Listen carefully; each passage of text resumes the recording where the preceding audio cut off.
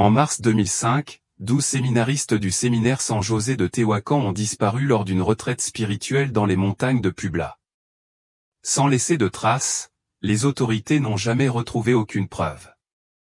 L'affaire s'est enlisée avec le temps, mais en 2025, une nouvelle découverte a changé la donne. La brume matinale s'élevait lentement sur les collines entourant Tehuacan, dans l'état de Puebla, comme si la terre elle-même s'éveillait d'un sommeil agité. Dans cette ville coloniale aux rues pavées et aux clochers centenaires, où le temps semblait s'écouler au rythme lent des prières du soir, personne n'imaginait que les secrets les plus sombres pouvaient se cacher derrière les murs les plus sacrés.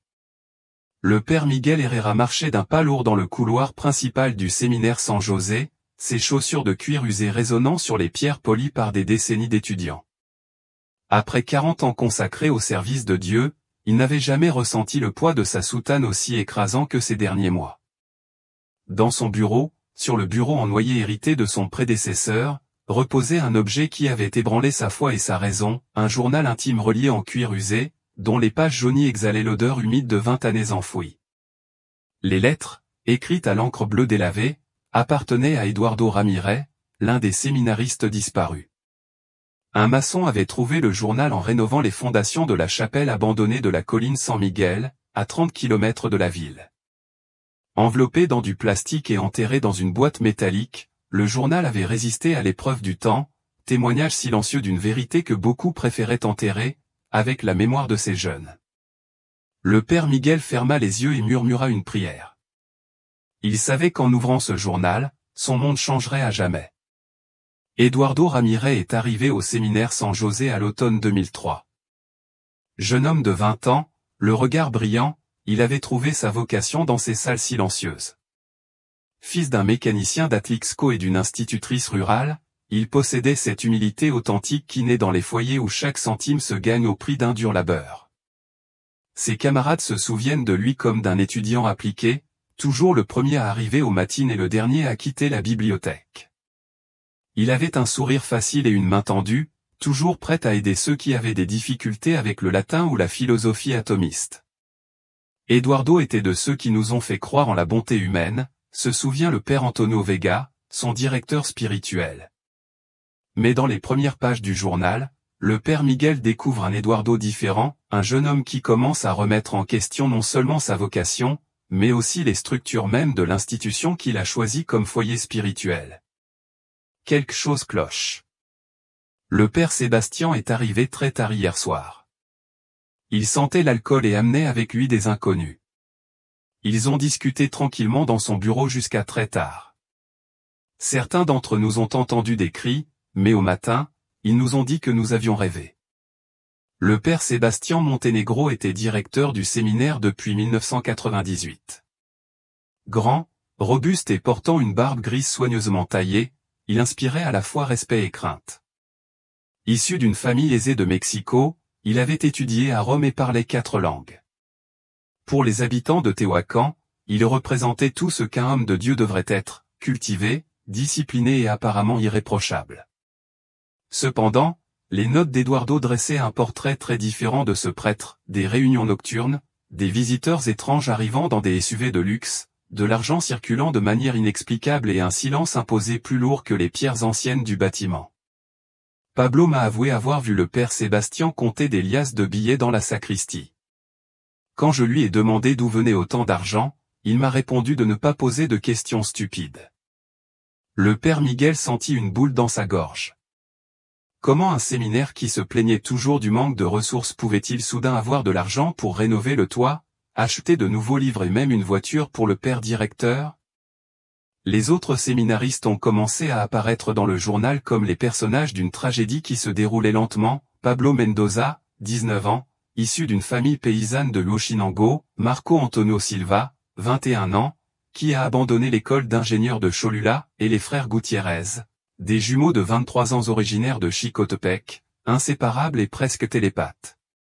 Chaque nom représentait une vie brisée, une famille qui, pendant 20 ans, vivait dans la torture de ne pas savoir ce qui s'était passé.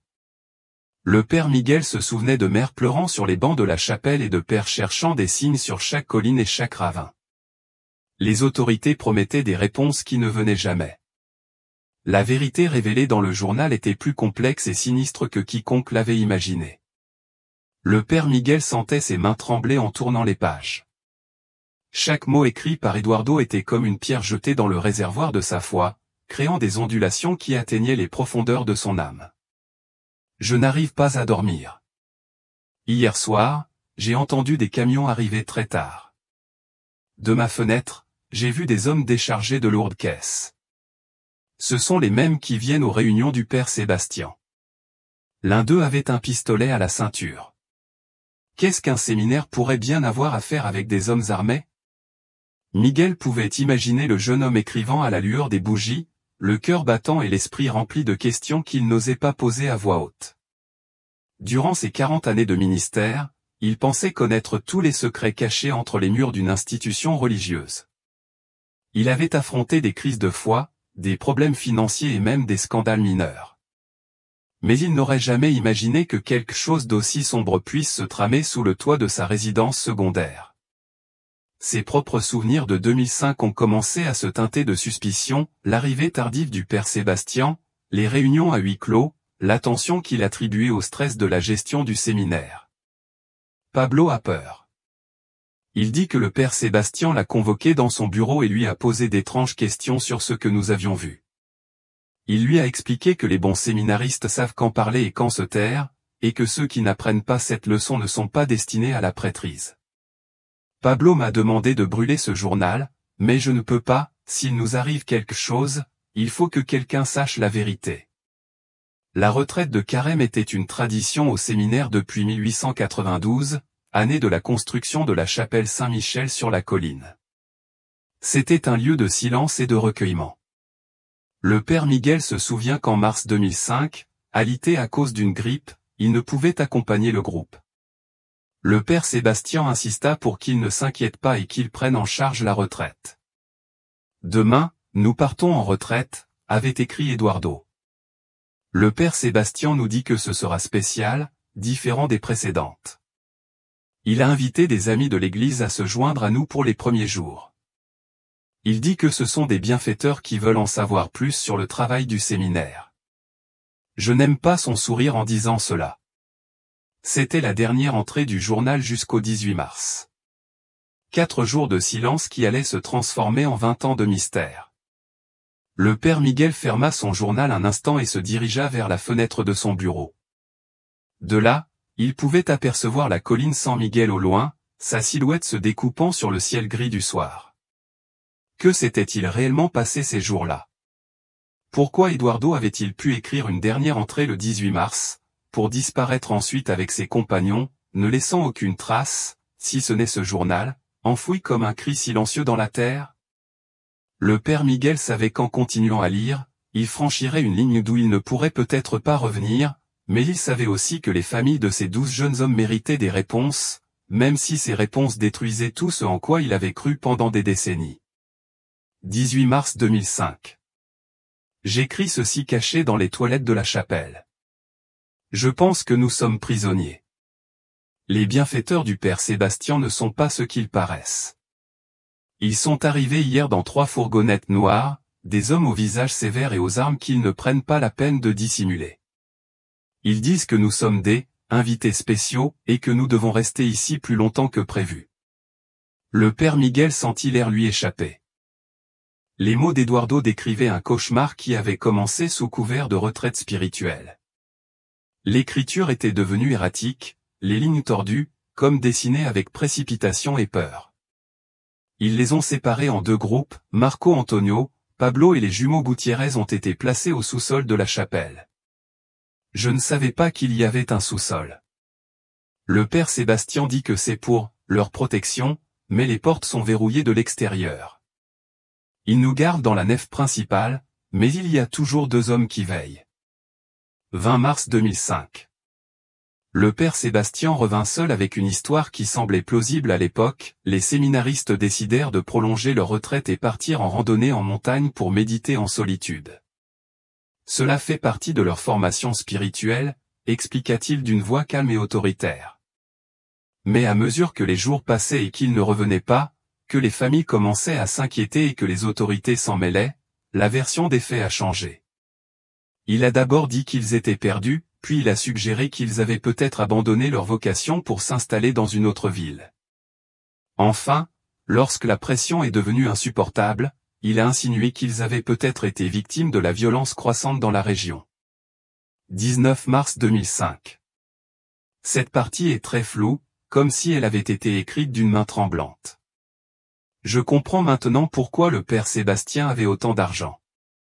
Ces hommes parlent d'itinéraires, de marchandises et d'expéditions. Ils utilisent la chapelle comme point de rencontre. Hier soir, ils ont apporté des cartons qui sentaient étrangement doux, mais chimiques. Ravière murmura que cela ressemblait à l'odeur de drogue qu'il avait perçue dans son quartier avant d'entrer au séminaire. Ravière Moral, un jeune homme de 24 ans arrivé après une jeunesse difficile dans les rues de Publa, apparaissait pour la première fois dans le journal avec cette connotation. Sa mère avait pleuré de joie en apprenant que son fils avait trouvé Dieu et voulait devenir prêtre. Pendant 20 ans, elle avait allumé des bougies et récité des chapelets pour implorer son retour. Le père Sébastien n'est plus le même homme que nous connaissions. Hier, il a frappé Louis en lui demandant quand il pourrait revenir. Son regard, mon Dieu, son regard était celui d'un étranger. Il nous dit que nous sommes des témoins gênants et qu'il doit réfléchir à ce qu'il va faire de nous. Luis Hernandez, 19 ans, le plus jeune du groupe, était arrivé de la petite ville de Sacapoaxtla avec une lettre de recommandation du prêtre local, qui le décrivait comme un ange envoyé par Dieu. Sa famille d'agriculteurs avait sacrifié une parcelle de terre pour financer ses études, cette terre appartenait à la famille depuis des générations. Le père Miguel dut interrompre sa lecture. Des larmes lui brouillèrent la vue, mais surtout, la rage commença à monter dans sa poitrine, tel un feu qui consume tout sur son passage. Le père Sébastien Montenegro n'avait pas seulement été le directeur du séminaire, il avait été son ami, son confident, quelqu'un en qui il avait eu une confiance aveugle pendant des années. Comment un homme de Dieu avait-il pu devenir, quoi? Un criminel, un meurtrier? Les pages du journal recelaient encore plus de secrets, mais Miguel savait déjà que chaque mot qu'il lisait l'éloignait davantage du monde qu'il avait connu et le rapprochait d'une vérité qu'il aurait peut-être mieux valu laisser enfouie. Le téléphone sonna dans le bureau du père Miguel, rompant un silence pesant comme une pierre tombale. Les mains tremblantes, il répondit. Père Miguel, ici la commandante Patricia Vasquez du parquet spécialisé pour les personnes disparues de Publa. Je dois vous voir d'urgence. Il s'agit du journal que vous avez trouvé. La voix de la femme était ferme mais lasse, comme si elle avait passé des décennies à affronter des tragédies jamais complètement guéries. Miguel avait entendu parler d'elle, une avocate qui avait quitté un cabinet privé prospère pour se consacrer à des dossiers que d'autres avaient abandonnés.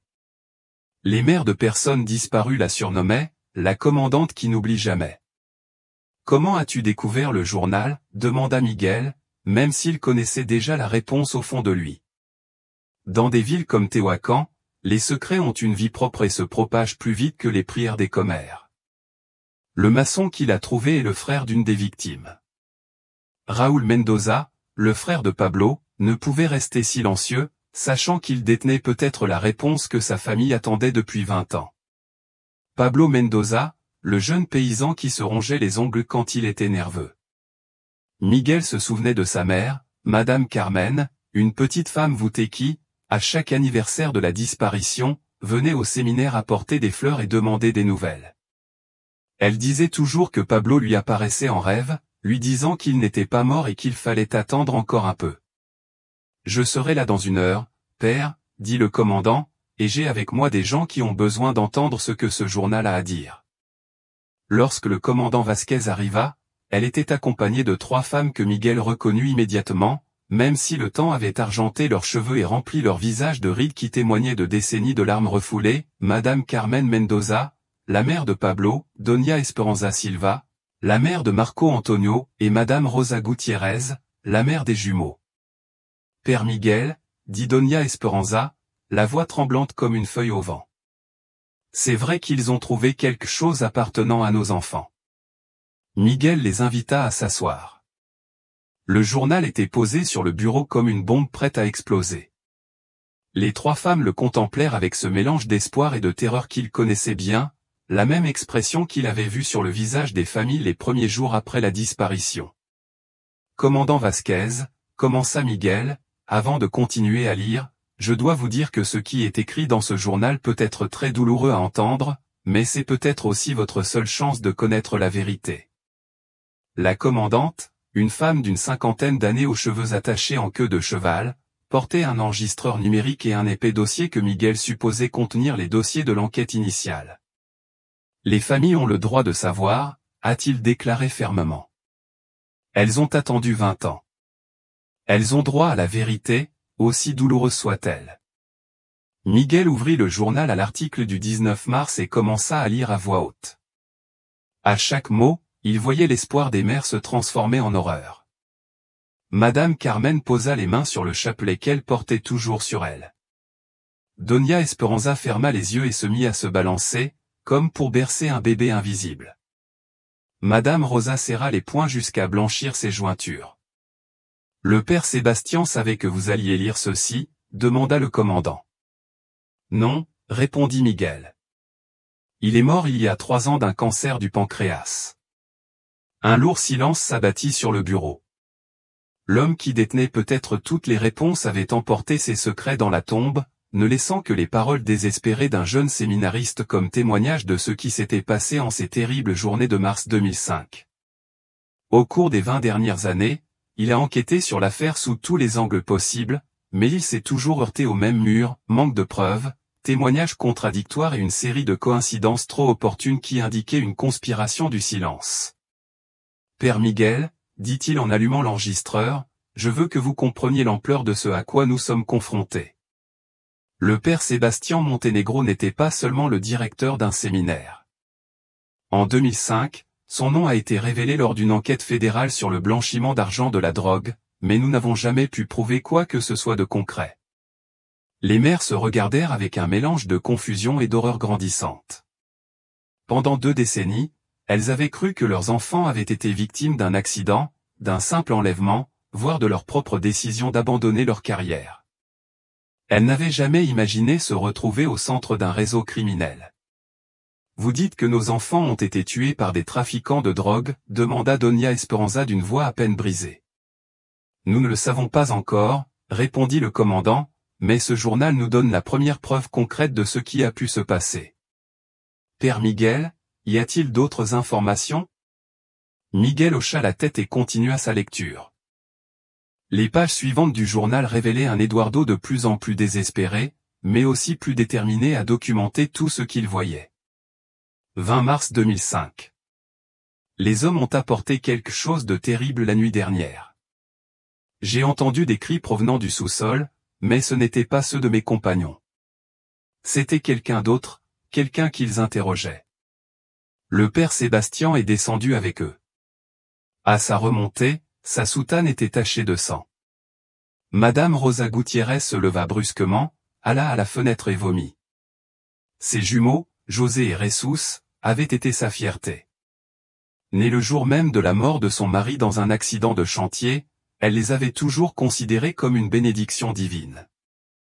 Ils étaient entrés au séminaire ensemble avec la promesse qu'un jour ils serviraient Dieu dans la même paroisse. Ce n'est pas possible, murmura-t-il en s'essuyant la bouche avec un mouchoir. Le père Sébastien a baptisé mes enfants. Il les connaissait depuis qu'ils étaient petits. C'était un saint. Les saints n'existent pas, dit le commandant Vasquez avec une dureté qui surprit tout le monde. Il n'y a que les hommes qui agissent bien ou mal. Et le père Montenegro, d'après ce que nous lisons, a pris de très mauvaises décisions. Miguel continua à lire, même si chaque mot lui coûtait un morceau de son âme. 21 mars 2005. Je n'en peux plus. Hier soir, j'ai entendu le père Sébastien au téléphone. Il m'a dit que le problème était plus grave que prévu, qu'il ne pouvait pas nous laisser partir parce que nous en savions trop. Il a parlé de quelqu'un appelé, l'ingénieur, qui viendrait régler le problème une bonne fois pour toutes. Le commandant Vasquez se redressa sur sa chaise. Le nom de l'ingénieur était apparu dans plusieurs enquêtes pour trafic de drogue dans la région au cours des années 2000. Il était connu pour sa cruauté et sa capacité à faire disparaître preuves et témoins. Reconnaissez-vous ce nom, commandant, demanda Miguel. Malheureusement, oui, répondit-elle. Aurelio Mendoza, surnommé l'ingénieur, était l'un des agents les plus virulents du cartel du Golfe dans la région. Il a été tué par l'armée en 2008, mais pendant des années, il a été responsable de dizaines de disparitions. Madame Carmen Mendoza, qui était restée silencieuse, s'est soudainement mise à pleurer avec une intensité qui a fait trembler son corps fragile. Mon Pablo, mon unique, mon bon garçon qui ne voulait que servir Dieu. Pourquoi? Pourquoi a-t-il dû endurer ça? Le père Miguel ferma le journal un instant. Il comprit qu'ils avaient franchi un point de non-retour. Il ne s'agissait plus seulement de résoudre un mystère vieux de 20 ans, mais de confronter la corruption qui avait infecté l'institution à laquelle il avait consacré sa vie et d'apporter à ses mères les réponses qu'elles méritaient, aussi dévastatrices soient-elles. Le poids de la révélation pesait sur le bureau du père Miguel comme une pierre tombale. Pendant 2 décennies, l'Église avait présenté la disparition des séminaristes comme une tragédie inexplicable, peut-être un accident en montagne ou un enlèvement pour lequel aucune rançon n'avait jamais été demandée. Mais la vérité, révélée par le journal d'Eduardo, dressait un tableau bien plus sinistre, une institution sacrée transformée en refuge pour criminels, et un homme de Dieu devenu complice de meurtriers. Commandant Vasquez, dit Miguel d'une voix brisée, comment est-il possible que pendant 20 ans personne ne se soit douté de rien? Comment avons-nous pu être aussi aveugles? Le commandant le regarda avec un mélange de compassion et de frustration professionnelle. Père, vous savez mieux que quiconque le respect que l'Église inspire à des communautés comme celle-ci. Lorsque le père Sébastien donnait une explication, les gens l'acceptaient sans hésiter. De plus, il avait des relations influentes, sa famille avait généreusement contribué au séminaire pendant des décennies et il avait des amis au sein du gouvernement de l'État. Doña Esperanza Silva, restée silencieuse sous le choc, parla soudain d'une voix chargée de décennies de douleurs refoulées. J'ai toujours su que quelque chose n'allait pas. Dans mes rêves, Marco Antonio me disait qu'il avait peur, qu'il avait vu des choses horribles, mais le père Sébastien me rassurait en me disant que ce n'étaient que les cauchemars d'une mère inquiète. Ses yeux se remplirent de larmes. Pourquoi n'ai-je pas insisté? Pourquoi n'ai-je pas cherché d'autres réponses? Parce qu'il avait fait confiance à la bonne personne, répondit Miguel. Même si ses propres paroles sonnaient creux, il avait aussi fait confiance à Sébastien Montenegro. Il le considérait non seulement comme un collègue, mais aussi comme un modèle. La trahison a été aussi douloureuse que la perte elle-même. Madame Rosa Gutiérrez retourna lentement à sa place, le visage pâle, mais avec une nouvelle détermination dans les yeux. Commandant, que voulez-vous de nous pour résoudre cette affaire une fois pour toutes? Nous ne sommes plus des petites filles effrayées, nous sommes des mères qui attendent depuis 20 ans que justice soit faite. Miguel a continué à lire le journal, même si chaque mot était comme un clou dans son cœur. 22 mars 2005. C'est mon dernier jour. Je le sais parce que j'ai entendu le père Sébastien dire que l'ingénieur viendrait demain pour nettoyer le bazar. Pablo a réussi à me murmurer depuis le sous-sol qu'ils allaient tous nous tuer. Il dit qu'ils ont déjà tué l'homme qu'ils interrogeaient, que je l'ai vu quand un des gardes a ouvert la porte. J'ai pensé à ma mère. Je lui ai dit que je serais prêtre pour aider les gens, pour apporter de l'espoir dans les endroits sombres.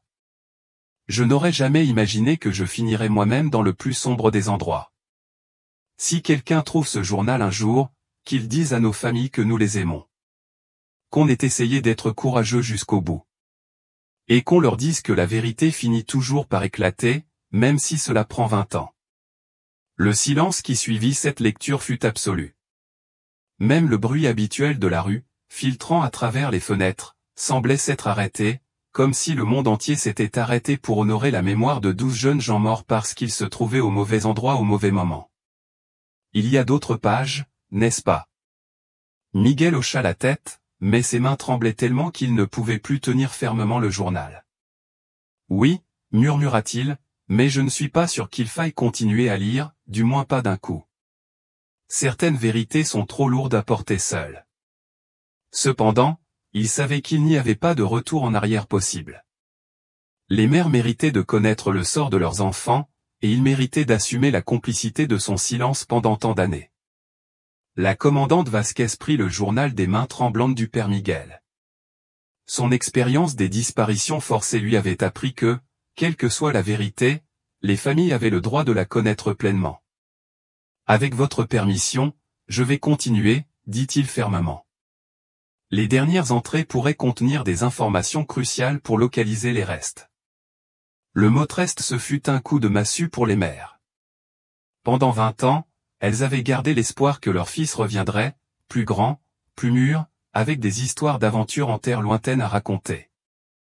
Mais le journal d'Édouard réduisait cet espoir en cendres. 23 mars 2005. L'écriture est très désordonnée, comme écrite dans l'obscurité. L'ingénieur est arrivé à l'aube. C'est un homme petit et corpulent aux yeux de serpent. Il a amené d'autres hommes armés.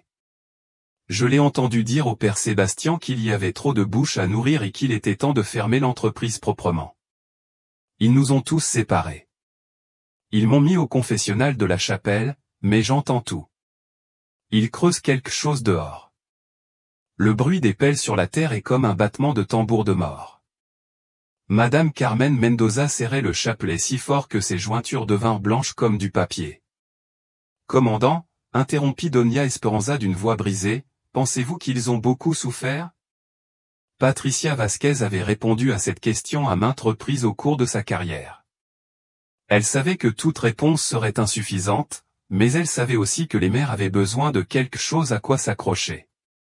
Madame Silva, d'après ce que nous lisons, vos enfants ont été courageux jusqu'au bout. Ils ont veillé les uns sur les autres. C'est ce dont nous devons nous souvenir. Miguel s'approcha de la fenêtre et regarda la colline San Miguel au loin.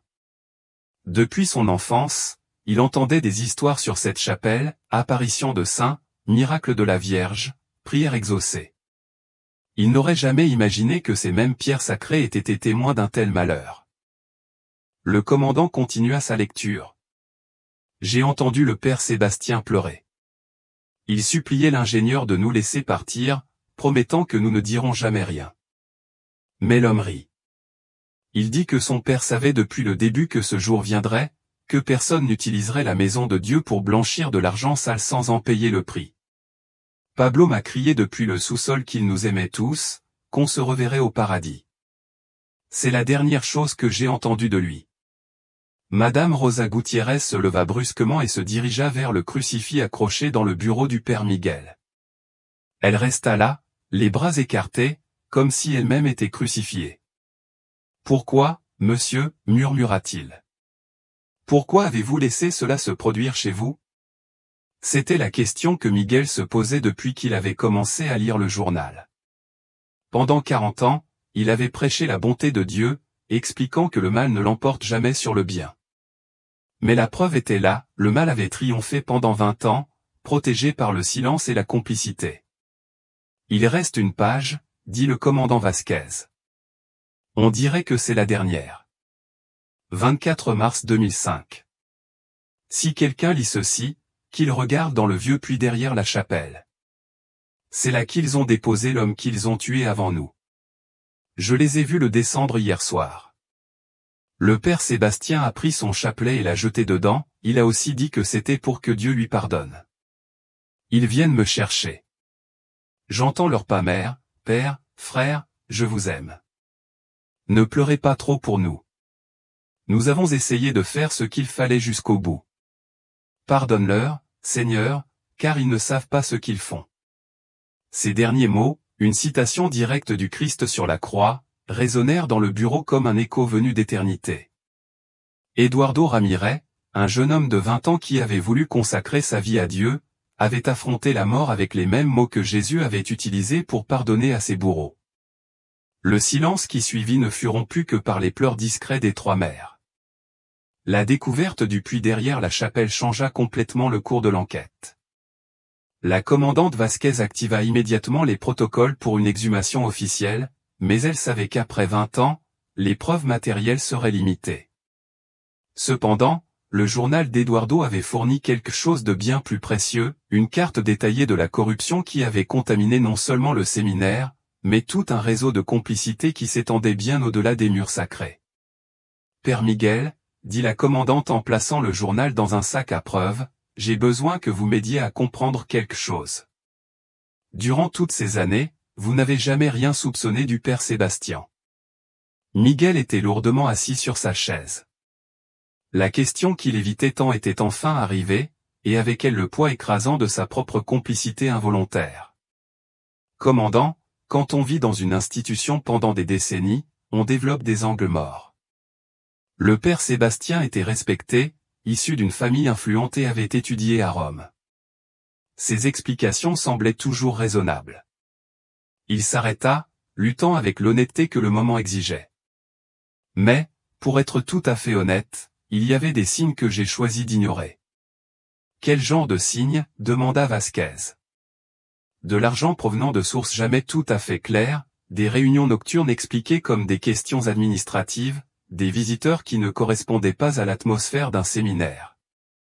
Miguel couvrit son visage avec ses mains. Je pense qu'au fond de moi, je savais que quelque chose n'allait pas, mais il était plus facile d'accepter les explications que de poser les questions difficiles.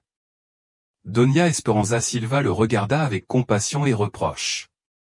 Père Miguel, vous n'êtes pas responsable de ce que cet homme a fait, mais mon Marco Antonio pourrait encore être en vie si quelqu'un avait posé ces questions il y a 20 ans. L'accusation, prononcée de la voix douce d'une mère brisée, était plus dévastatrice que n'importe quel cri. Miguel savait qu'elle avait raison, son silence, sa complicité passive, avaient contribué au système qui avait permis la mort de 12 jeunes. Le commandant Vasquez a consulté ses notes. Que s'est-il passé exactement au retour du père Sébastien de la retraite ? Quelle était son attitude ? Miguel se souvenait de ces jours avec une clarté douloureuse. Il est rentré très tard le 20 mars. Il semblait bouleversé, nerveux. Il a dit que les séminaristes avaient décidé de rester plus longtemps pour une expérience spirituelle plus profonde. Il a évité mon regard en parlant, et il y avait de la terre sous ses ongles, comme s'il avait creusé. L'image de Sébastien Montenegro, les ongles couverts de terre, tout en expliquant l'absence des séminaristes, prenait une signification sinistre. Il n'avait pas creusé par dévotion spirituelle, mais plutôt pour enterrer des preuves. Il avait enterré 12 jeunes hommes qui lui faisaient confiance comme à un père. Conservez-vous des traces de ces journées ? Demanda Vasquez. Appel téléphonique, visite, tout ce qui pourrait être utile. Les archives du séminaire remontent à 1995. Tout doit être au sous-sol. Madame Rosa Gutiérrez, qui était restée silencieuse depuis la dernière entrée du journal, parla soudain d'une voix remplie de rage accumulée depuis 2 décennies. Je veux voir cette chapelle. Je veux voir l'endroit où mes enfants sont morts. Le commandant Vasquez secoua la tête. Madame Gutiérrez, il s'agit d'une scène de crime active en ce moment, nous ne pouvons pas permettre. Commandant, l'interrompit Rosa avec une force qui surprit tout le monde, je dois le faire. L'écho de sa détermination remplit la pièce, scellant la promesse de continuer jusqu'à ce qu'elle découvre la vérité, aussi dévastatrice soit-elle. Depuis 20 ans, je rêve de l'endroit où se trouvent mes enfants. J'imagine chaque pierre, chaque arbre, chaque recoin où ils pourraient reposer. Ne me dites pas que je ne peux pas aller les pleurer là où ils sont morts. Miguel sentit quelque chose se briser en lui. Ce n'était pas seulement la révélation de la trahison de Sébastien, mais la confrontation avec sa propre lâcheté. Pendant des années, il avait été plus facile de croire des mensonges que d'affronter des vérités dérangeantes. Commandant, dit-il finalement, je vous accompagne. C'est le moins que je puisse faire pour ces familles. La chapelle Saint-Michel se dressait sur le ciel gris du soir, telle une plaie ouverte dans la montagne. Construite en 1892 par des mains pieuses, convaincues de construire un sanctuaire à la gloire de Dieu, elle se révélait alors le théâtre d'une tragédie restée cachée pendant 2 décennies. Le convoi est arrivé à l'aube le lendemain. Il comprenait 2 fourgons du procureur, une ambulance médico-légale, un véhicule équipé de matériel de fouille spécialisé et la voiture privée du père Miguel, qui avait insisté pour accompagner les mères malgré les objections du commandant Vasquez. Ça ne va pas être facile, prévint Patricia en distribuant des gilets réfléchissant aux 3 femmes. Si nous trouvons ce que nous espérons, ce sera très difficile à voir. Madame Carmen Mendoza, qui avait veillé toute la nuit à réciter le chapelet, s'approcha lentement de la porte principale de la chapelle. Ses mains ridées effleurèrent le bois érodé comme si elles caressaient le visage de son fils disparu. « Maman, il est là, tu peux reposer en paix maintenant, » murmura Pablo. L'équipe médico-légale avait localisé le puits mentionné dans le journal d'Eduardo. Il était caché derrière la chapelle, recouvert depuis 20 ans par des mauvaises herbes et des pierres que quelqu'un avait délibérément placées pour dissimuler son existence. Lorsqu'ils commencèrent à retirer la végétation, une odeur douceâtre et putride se dégagea, forçant plusieurs membres de l'équipe à se retirer. « Il y a quelque chose là-dessous », confirma le chef de l'équipe médico-légale, un vétéran dont le visage avait perdu toute capacité à exprimer la surprise face à l'horreur humaine. Et à en juger par l'odeur, c'est là depuis longtemps. Miguel s'éloigna du groupe et entra dans la chapelle. Les bancs en bois étaient couverts de poussière et de toiles d'araignée, et les vitraux étaient partiellement brisés par le temps et la négligence. Mais ce qui le choqua le plus, ce fut l'autel, il portait encore des taches sombres sur la pierre, trop tenaces pour être de la simple saleté. Dans le confessionnal où Eduardo avait écrit ces derniers mots, Miguel trouva quelque chose qui lui coupa le souffle. Gravé dans le bois avec ce qui semblait être une lame de rasoir, se trouvait un message. « Maman, je t'aime. » Eduardo Ramirez avait laissé une dernière trace sur le monde, un cri silencieux d'amour filial au milieu de l'horreur qui se rapprochait de lui. « Commandant, venez vite !» cria l'un des techniciens médico-légaux depuis la fosse. Lorsqu'ils entrèrent, l'homme était pâle et tremblait légèrement. « Nous avons trouvé des restes squelettiques, de multiples individus, et il y a plus. » Patricia Vasquez regarda dans le puits puis recula rapidement, mettant une main sur sa bouche. « Qu'y a-t-il d'autre » demanda Miguel, même si une partie de lui ne voulait pas le savoir. Des vêtements, des chaussures et ce qui semble être des objets religieux, des chapelets, des crucifix, un livre qui pourrait être une Bible. Les trois mères s'approchèrent du bord du puits comme attirées par une force invisible. Depuis 20 ans, elles rêvaient de ce moment, celui où elles sauraient enfin où étaient leurs enfants, mais aucune d'elles n'avait anticipé la douleur physique qui accompagnerait la confirmation de leurs pires craintes. « Combien » demanda Doña Esperanza, sa voix semblant venir des profondeurs de la terre. Il est difficile de le déterminer avec précision sans une fouille complète, mais les estimations préliminaires suggèrent qu'il y a plus de 10 individus, 12 séminaristes plus les victimes supplémentaires mentionnées dans le journal. Le puits avait été transformé en fosse commune pour faire taire tous les témoins gênants de l'opération criminelle du père Sébastien Montenegro. Madame Rosa Gutiérrez s'agenouilla au bord du puits et commença à réciter le Notre Père à haute voix. Les autres mères la rejoignirent une à une, et finalement, Miguel et toute l'équipe médico-légale participèrent à une prière qui s'élevait de cette colline comme une complainte qui aurait attendu 20 ans pour être entendue. Une fois la prière terminée, Patricia Vasquez s'est approchée de Miguel. « Père, ce n'est que le début. Ce journal va ouvrir une enquête qui pourrait prendre de très grandes proportions. Êtes-vous prêt à affronter ce qui pourrait arriver ?» Miguel regarda la vallée où se trouvait Tehuacan, la ville qui avait été sa maison pendant des décennies, et savait que rien ne serait plus jamais comme avant. Les fouilles médico-légales ont duré 3 jours entiers. À chaque couche de terre retirée, une nouvelle pièce du puzzle du massacre de mars 2005 apparaissait. Les restes ont confirmé les pires soupçons, 12 corps jeunes, tous des hommes, ainsi que ceux d'au moins 3 autres personnes apparemment plus âgées. D'après l'analyse préliminaire, a expliqué le docteur Elena Ruiz, anthropologue médico-légal en chef de l'équipe, les victimes ont été exécutées d'une balle dans la tête. Ce schéma est cohérent avec les exécutions liées au trafic de drogue de l'époque. Les mères avaient séjourné dans un hôtel de Tehuacan durant ces jours, alternant entre la chapelle, où elles priaient pour leurs enfants, et le bureau du procureur, où elles fournissaient des informations permettant d'identifier les restes. L'ADN confirmerait les identités, mais les effets personnels commençaient déjà à raconter leur histoire. Ce chapelet, a déclaré le docteur Ruiz en montrant un ensemble de grains de bois noircis par le temps, porte les initiales, PM, gravées dessus. Madame Carmen Mendoza s'affala sur sa chaise. C'était le chapelet qu'elle avait tissé pour Pablo lors de son entrée au séminaire, avec le bois du péché qui se trouvait dans le jardin de sa maison à Huauchinango. C'était son bien le plus précieux, murmura-t-elle en larmes.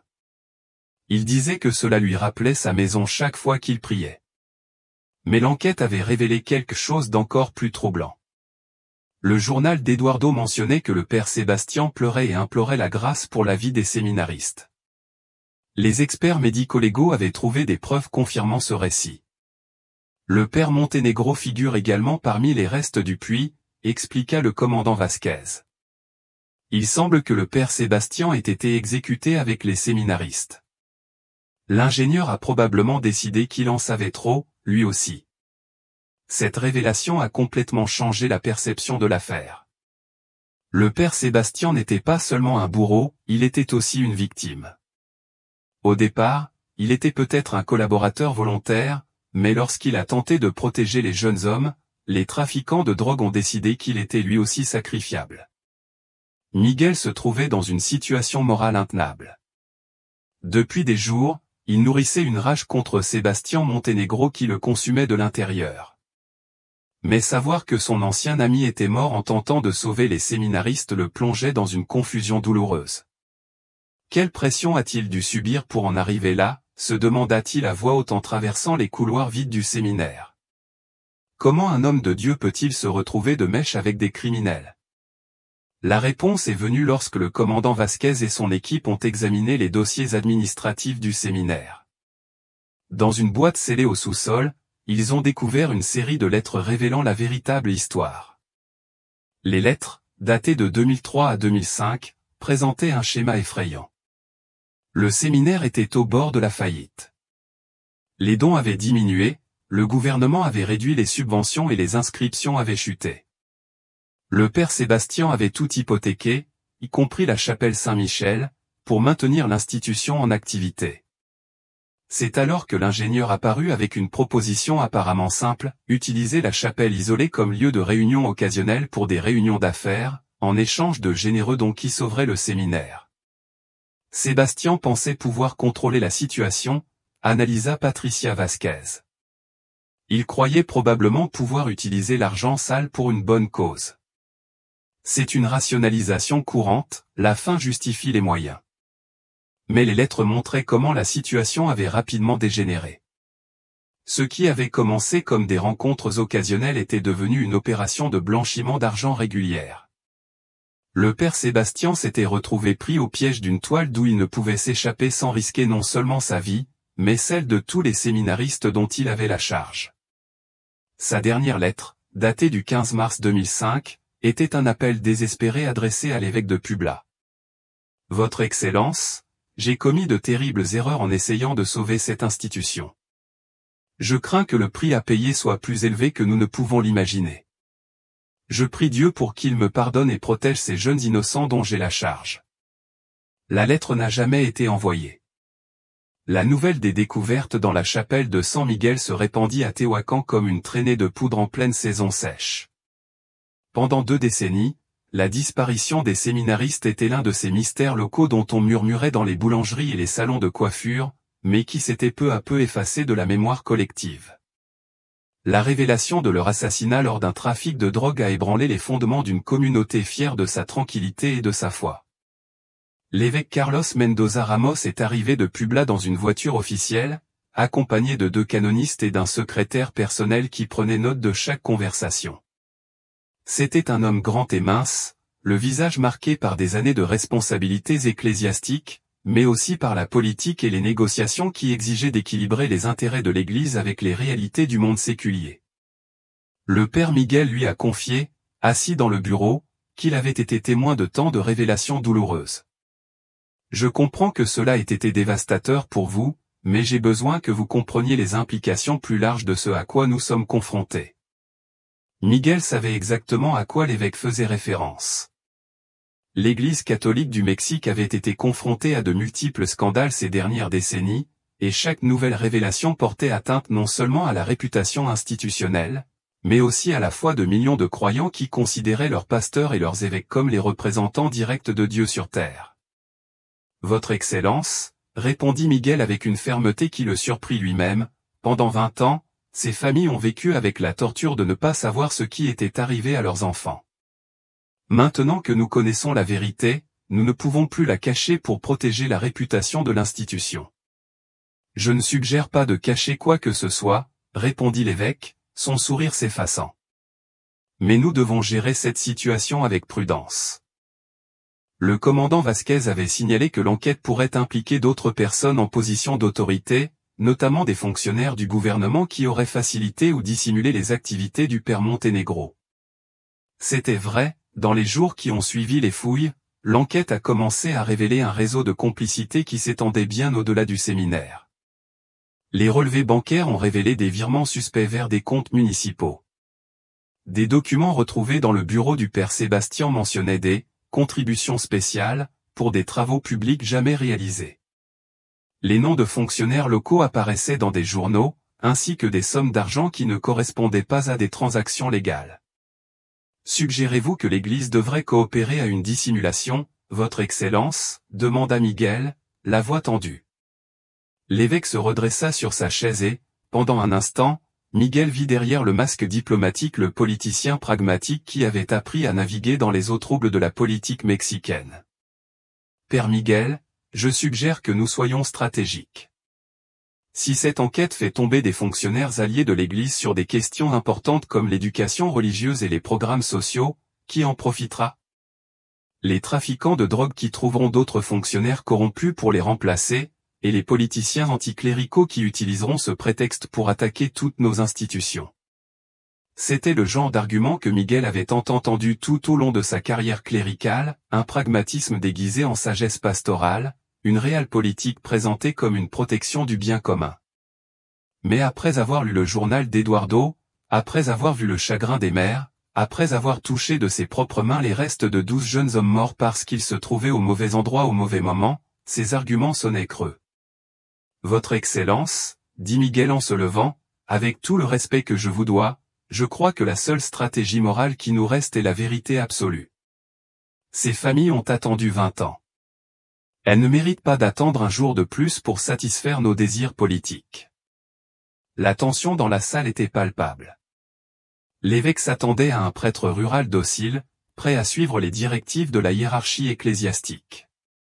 Au lieu de cela, il a trouvé un homme transformé par la crise, qui avait trouvé dans la souffrance des familles une clarté morale qu'il refusait de compromettre. Père Miguel, dit l'évêque d'une voix d'avertissement, j'espère que vous vous souviendrez de vos vœux d'obéissance. Oui, Votre Excellence, répondit Miguel, et je me souviendrai aussi de mes vœux de servir Dieu et son peuple. En ce moment, je crois que les deux exigent la même chose, justice pour ces garçons et leurs familles. Cette nuit-là, seul dans son bureau, Miguel savait qu'il avait franchi une ligne qui pourrait lui coûter tout ce qu'il avait construit au cours de décennies de ministère, mais il savait aussi que, pour la première fois depuis longtemps, il pouvait dormir la conscience tranquille. La confrontation finale eut lieu 3 semaines plus tard, lorsque le commandant Vasquez arrêta le maire de Tehuacan, Roberto Salinas Vega, et 2 anciens fonctionnaires de l'État pour blanchiment d'argent et recel. Les dossiers retrouvés dans le bureau du père Sébastien avaient fourni les preuves nécessaires pour démontrer que le réseau criminel s'étendait aux plus hautes sphères de l'administration locale. Il serait bon que vous vous rappeliez que les morts doivent reposer en paix. Certaines personnes très puissantes préfèrent que certains secrets restent enfouis. Miguel savait que ce n'était pas une menace en l'air. Ces derniers jours, il avait remarqué d'étranges voitures garées devant le séminaire, des hommes qui semblaient observer ses faits et gestes. Le commandant Vasquez lui avait confié une protection policière, mais il savait tous deux que, dans une petite ville comme Tehuacan, il était difficile de faire la distinction entre les protecteurs et les prédateurs. Cet après-midi-là, alors qu'il se préparait pour la messe du soir, Miguel trouva l'église inhabituellement pleine. Les 3 mères des séminaristes assassinés étaient assises au premier rang, mais derrière elles, une marée de visages représentait toute la communauté, commerçants, agriculteurs, enseignants, ménagères, des personnes qui avaient connu les garçons disparus, qui avaient prié pour eux pendant 20 ans et qui, par leur seule présence, venaient réclamer justice. Mais il y avait d'autres visages, moins familiers, assis sur les bancs du fond, des hommes en costume coûteux et au regard dur qui n'étaient pas venus pour prier mais pour envoyer un message. Miguel monta sur la chaire avec des mains tremblantes mais une voix ferme. « Frère, commença-t-il, nous nous réunissons aujourd'hui pour honorer la mémoire de 12 jeunes hommes qui ont donné leur vie au service de Dieu et qui sont morts parce qu'ils ont refusé de fermer les yeux sur le mal. Un murmure se répandit dans l'église. Des rumeurs circulaient depuis des semaines, mais c'était la première fois que Miguel parlait publiquement de ses découvertes. Eduardo Ramirez, Pablo Mendoza, Marco Antonio Silva, José et Jesus Gutiérrez, ainsi que leurs 7 compagnons, ne sont pas morts accidentellement. Ils ont été assassinés parce qu'ils ont été témoins d'actes contraires à tout ce que notre foi défend. Sur les bancs du fond, certains hommes en costume s'agitaient nerveusement. L'un d'eux parlait au téléphone à voix basse. Pendant 20 ans, cette communauté a vécu dans le mensonge, a poursuivi Miguel, des mensonges qui ont protégé les coupables et prolongé la souffrance des familles. Aujourd'hui, dans cette maison de Dieu, je déclare que nous ne serons plus complices du silence. Madame Carmen Mendoza s'est levée et a commencé à applaudir. Un à un, les fidèles de l'église se sont levés et l'ont rejointe, jusqu'à ce que les applaudissements se transforment en un tonnerre qui a fait trembler les fenêtres. Miguel savait qu'à cet instant, il scellait son destin. En révélant publiquement la vérité, il était devenu la cible de ceux qui avaient gardé le secret pendant 2 décennies, mais il savait aussi que c'était la seule façon d'honorer la mémoire des garçons disparus. Frère, a-t-il poursuivi une fois les applaudissements apaisés, la justice terrestre suivra son cours. Mais aujourd'hui, en présence de Dieu et de cette communauté, nous faisons une promesse, nous ne laisserons plus jamais le mal se cacher derrière des murs sacrés. Nous ne serons plus jamais les complices silencieux de l'injustice. Une fois la messe terminée, le commandant Vasquez s'est approché de Miguel. Père, après ce que tu viens de faire, ta vie est vraiment en danger. Nous devons te faire sortir de la ville ce soir. Miguel regarda vers l'hôtel où il avait servi pendant tant d'années, puis vers les 3 mères, qui avaient enfin trouvé un semblant de paix. Commandant, dit-il avec un sourire triste, je fuis la vérité depuis 20 ans. Il est temps que j'arrête de fuir. 6 mois après la découverte du journal d'Eduardo, la chapelle San Miguel avait été transformée en mémorial.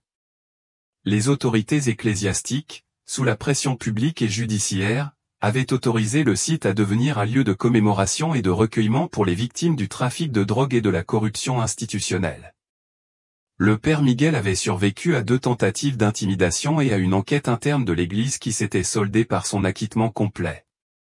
Sous la pression de Rome suite à l'attention internationale portée à l'affaire, l'évêque Carlos Mendoza a publié une déclaration publique présentant les excuses de l'institution et promettant des réformes des processus de surveillance du séminaire.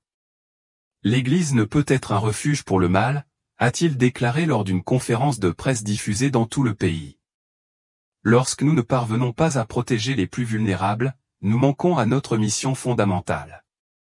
Mais la véritable transformation s'était produite au sein des familles des victimes. Pendant 20 ans, la douleur avait été telle une plaie incurable, alimentée par l'incertitude et l'absence de réponse. Maintenant que les restes de leurs enfants reposaient enfin au cimetière municipal de Tehuacan, les mères avaient découvert une autre forme de deuil, plus intense, mais aussi plus pure, sans la torture supplémentaire de l'ignorance. Madame Carmen Mendoza avait créé une fondation au nom de son fils Pablo pour aider d'autres familles de personnes disparues. Pablo a toujours voulu aider les gens, disait-il en travaillant dans le petit bureau qu'il avait installé chez lui. Maintenant, il le fait par notre intermédiaire. Donia Esperanza Silva était retournée à l'école à l'âge de 68 ans, étudiant le droit avec la détermination de devenir une défenseur des droits humains. Marc-Antoine était très intelligent, expliqua-t-elle à ceux qui étaient surpris de la voir avec des livres de droit sous le bras. Il aurait voulu que nous utilisions sa mort pour protéger les autres. Rosa Gutiérrez a pris le chemin le plus inattendu, elle est devenue une militante anticorruption, voyageant à travers le Mexique pour raconter l'histoire de ses jumeaux et exiger justice pour toutes les victimes du trafic de drogue. Joseph et Jésus étaient comme les 2 moitiés d'une même âme, disait-il lors de ses conférences. Maintenant, je porte ces 2 moitiés et je parle au nom de ceux qui ne peuvent plus parler. Le père Miguel fut transféré dans une paroisse de Mexico, officiellement pour des raisons de sécurité, même s'il savait que c'était aussi une manière subtile de l'éloigner du centre de la controverse. Il accepta cependant ce transfert avec sérénité, sachant que son œuvre à Tehuacan était terminée. Lors de sa dernière messe au séminaire, il a parlé de la résurrection, non pas comme d'un événement futur, mais comme d'un processus continu qui se produit chaque fois que la vérité triomphe du mensonge, chaque fois que la justice prévaut sur l'impunité. Eduardo Ramirez et ses compagnons se sont relevés, a-t-il déclaré à une assemblée réunie non seulement dans l'église, mais aussi dans l'atrium et dans la rue. Ils se sont relevés grâce au courage de leur mère, grâce à la détermination des enquêteurs qui n'ont pas baissé les bras, grâce à chacun de nous qui s'engage à ne pas laisser le mal se cacher derrière le silence. Le journal d'Eduardo a été donné aux Archives nationales de la mémoire, où il est exposé aux côtés des témoignages d'autres victimes de la violence du trafic de drogue. Des milliers de personnes viennent chaque année lire ces pages écrites à l'encre délavée, et beaucoup repartent transformés par l'expérience d'avoir touché, même indirectement, le courage d'un jeune homme qui a choisi de documenter la vérité, sachant que cela lui coûterait la vie. Sur la dernière page du journal, révélée après un traitement spécial pour lire l'écriture presque invisible, Eduardo a laissé un dernier message. À tous ceux qui liront ceci un jour, ne laissez pas nos morts être vaines. Le mal triomphe lorsque les bonnes personnes choisissent de se taire. Nous n'avons pas pu choisir de vivre, mais vous pouvez choisir de vous souvenir, vous pouvez choisir de vous battre, vous pouvez choisir d'être meilleur que nous ne l'étions lorsque nous avons accepté si longtemps ce que nous savions être mal. Dieu n'est pas dans les bâtiments ou les cérémonies. Dieu est dans la justice, dans la vérité, dans le courage de faire ce qui est juste, même si cela nous coûte tout. Si vous vous souvenez de nous, qu'il en soit ainsi, comme des jeunes qui ont choisi la lumière au milieu des ténèbres.